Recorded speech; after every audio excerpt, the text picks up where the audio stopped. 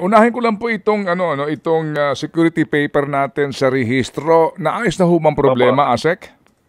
Opo, finally, nag-deliver ho sa amin ng NPO last week. So last Friday, nalabas na ho natin yung mga forms sa different regions para mababalot po nila sa ating mga youth.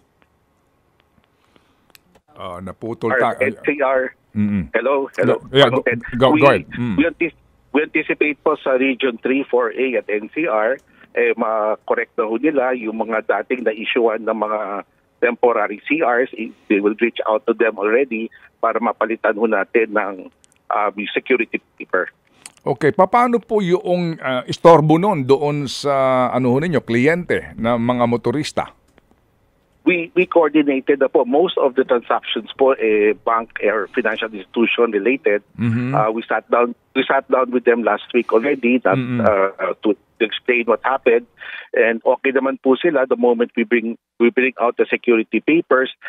We will diretso na po sa kanila, tapos kukunin po namin yung temporary certificate issued. So hindi po para ma-disturbo na po yung mga motorista.